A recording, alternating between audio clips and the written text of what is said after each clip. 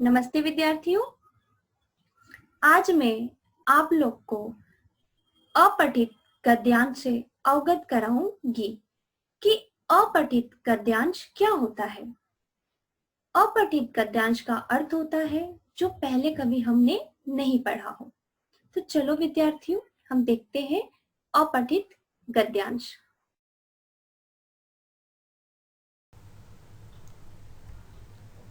अपठित गद्यांश को पढ़कर यथासंभव प्रश्नों के उत्तर दीजिए। मेवाड़ के राजा महाराणा प्रताप बड़े स्वाभिमानी और वीर पुरुष थे। उन्होंने बादशाह अकबर जैसे शक्तिशाली शासक से युद्ध ठान रखा था और अनेक मुसीबतों का सामना करने पर भी हार न मानी थी। एक बार उनके दरबार में एक भाट आया। भाट का अर्थ होता है बच्चों, राजाओं का यशगान करने वाली एक जाति। उसने राणा की प्रशंसा में ओजपूर्ण कविताओं का गान किया। दरबार में उपस्थित सभी व्यक्ति वाह वाह कर उठे। महाराणा प्रताप भी अत्यंत प्रसन्न हुए। उन्होंने अपने सिर से रत्न जड़ित पगड़ी उतारी और पुरस्कार स्वरूप भाट को पहना दी। राणा की बहुमूल्य पगड़ी प्राप्त कर भाट फूला न समाया। यहाँ पे बच्चों यह मुहावरा है, फूला न समाना। इसका अर्थ है अत्यधिक खुश होना। राणा प्रताप को सत सत आशीर्वाद दे वह प्रसन्नतापूर्वक अपने घर लौट आया। कुछ ही दिनों में उसे दिल्ली जाने का अवसर मिला। उसने दिल्ली के बादशाह अकबर से मिलने का निश्चय कर दरबार में जाने के लिए अनुमति मांगी। उसे अगले दिन दरबार में उपस्थित होने की अनुमति मिल गई।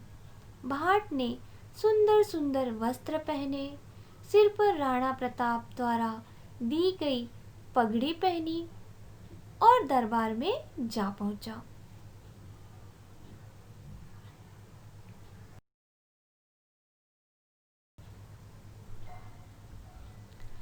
उसने अकबर को प्रणाम तो किया पर सिर नहीं झुकाया। एक सभासद ने कहा, बादशाह सलामत को सिर झुकाकर प्रणाम करो। भाट ने अपनी पगड़ी उतारी, उसे हाथों में रख सिर झुका दिया। अकबर ने उसे पगड़ी उतारते देख लिया था। उसे बड़ा आश्चर्य हुआ। उसने भाट से पगड़ी उतारने का कारण जानना चाहा। भाट ने राणा प्रताप से पगड़ी मिलने की पूरी घटना कह सुनाई। फिर बोला, बादशाह सलामत, यह पगड़ी स्वाभिमानी प्रताप के सिर पर शोभा पाती थी। उनका मस्तक ईश्वर के सिवाय किसी के सामने नहीं झुका। तो बच्चों, गद्यांश आपने पढ़ लिया। इस गद्यांश में महाराणा प्रताप के चरित्र का वर्णन किया गया है। अब हम इस पर आधारित प्रश्न उत्तर पढ़ेंगे। मेवाड़ के राजा कौन थे? विद्यार्थियों बताओ, मेवाड़ के राजा कौन थे? अभी हमने गद्यांश पढ़ा ना। हाँ, मेवाड़ के राजा महाराणा प्रताप थे। Very good.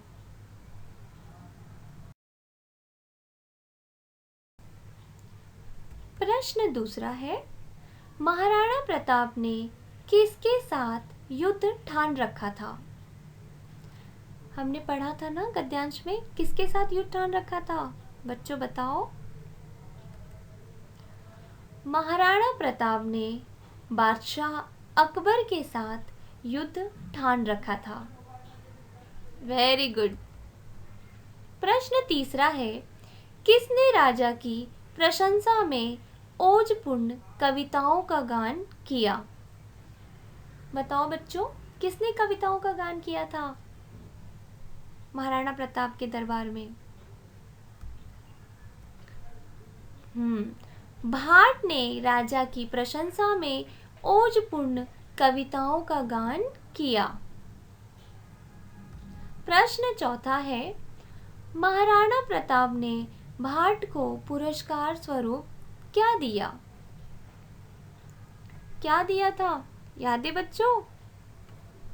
हाँ, महाराणा प्रताप ने भाट को पुरस्कार स्वरूप रत्न जड़ित पगड़ी दिया। पांचवा प्रश्न है, किसने दिल्ली के बादशाह से मिलने का निश्चय किया? किसने निश्चय किया? हाँ बच्चों, उत्तर, भाट ने दिल्ली के बादशाह से मिलने का निश्चय किया। वेरी गुड बच्चों।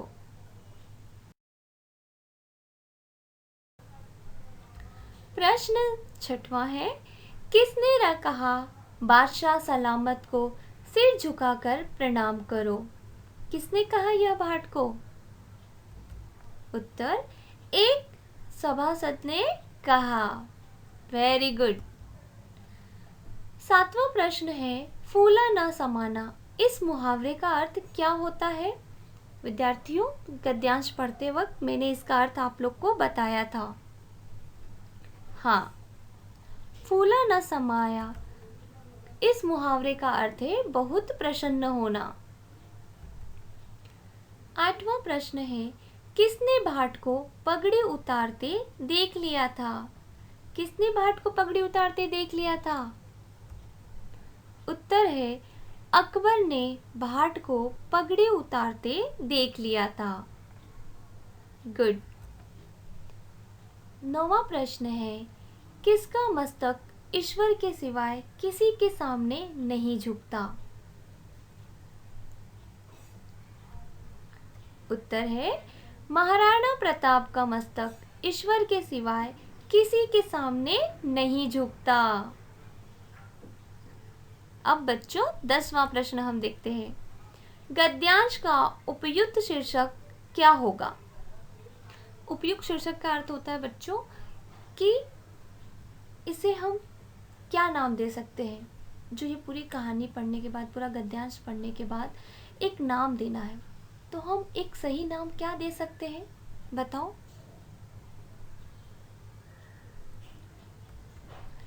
महाराणा प्रताप, क्योंकि ये पूरे गद्यांश में महाराणा प्रताप के बारे में चर्चा की गई है। वेरी गुड विद्यार्थियों।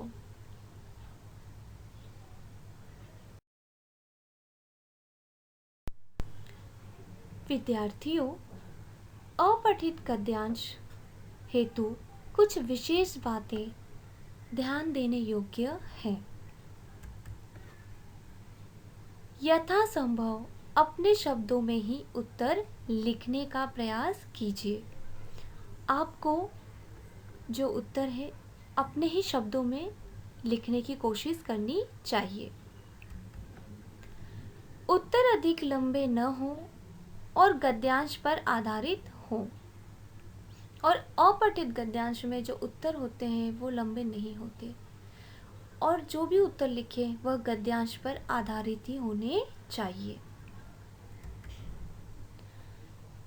यदि गद्यांश का शीर्षक देना हो तो वह मुख्य भाव के आधार पर एक या दो शब्दों में ही देना चाहिए। शीर्षक प्रारंभ की 4 पंक्तियों या अंतिम की 4 पंक्तियों में मिल जाता है। विद्यार्थियों, कभी भी अगर हमें गद्यांश का शीर्षक देना है तो यह ध्यान रखिए कि वो बहुत ही 1 या 2 शब्दों में ही शीर्षक देना है, और साथ ही साथ आप जब वो गद्यांश पढ़ोगे तो जो प्रारंभ की पंक्तियाँ होती हैं उससे ही हमें ज्ञात हो जाता है कि इस गद्यांश का क्या नाम होना चाहिए, और नहीं तो अंतिम की 4 पंक्तियों से तो हमें ज्ञात हो ही जाता है कि क्या इसका नाम देना है। और आखिरी और विशेष ध्यान देने योग्य बात, पहले गद्यांश को ध्यानपूर्वक पढ़िए, फिर पूछे गए प्रश्नों को ध्यानपूर्वक पढ़िए।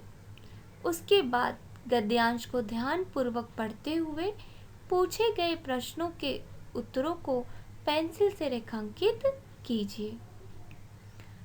पहले आप गद्यांश को ध्यानपूर्वक पढ़िए, फिर उस पर आधारित जो प्रश्न पूछे गए हैं उसको पढ़िए, फिर उसके बाद वापस से गद्यांश पढ़िए और पढ़ते वक्त जो प्रश्न के उत्तर है उनको आप पेंसिल से रेखांकित कीजिए।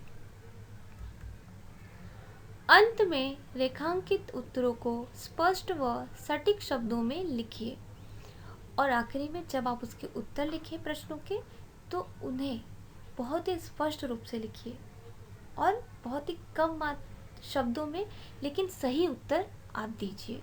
तो ये अपठित गद्यांश में विशेष ध्यान देने योग्य बातें हैं।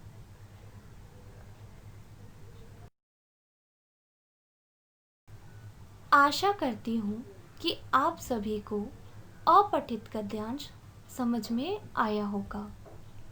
यहाँ पे मैं अपने शब्दों को विराम देती हूँ। धन्यवाद विद्यार्थियों।